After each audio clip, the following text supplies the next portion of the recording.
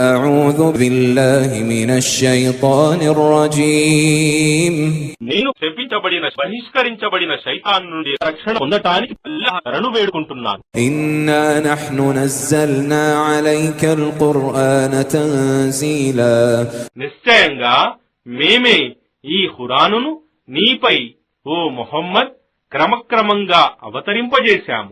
فاصبر لحكم ربك ولا تطع منهم آثما أو كفورا కావున నీవు నీ ప్రభువు యొక్క ఆజ్ఞపై స్థిరంగా ఉండు, మరియు వీరిలోని ఏ పాపి యొక్క లేదా సత్యతిరస్కారుని యొక్క మాటగాని వినకు.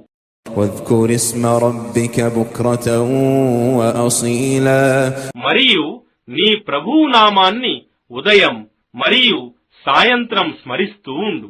ومن الليل فاسجد له وسبحه ليلا طويلا మరియు రాత్రి వేళ ఆయన సన్నిధిలో సాష్టాంగం సజదా చేస్తూ ఉండు, మరియు రాత్రి వేళ సుదీర్ఘకాలం ఆయన పవిత్రతను కొనియాడుతూ ఉండు.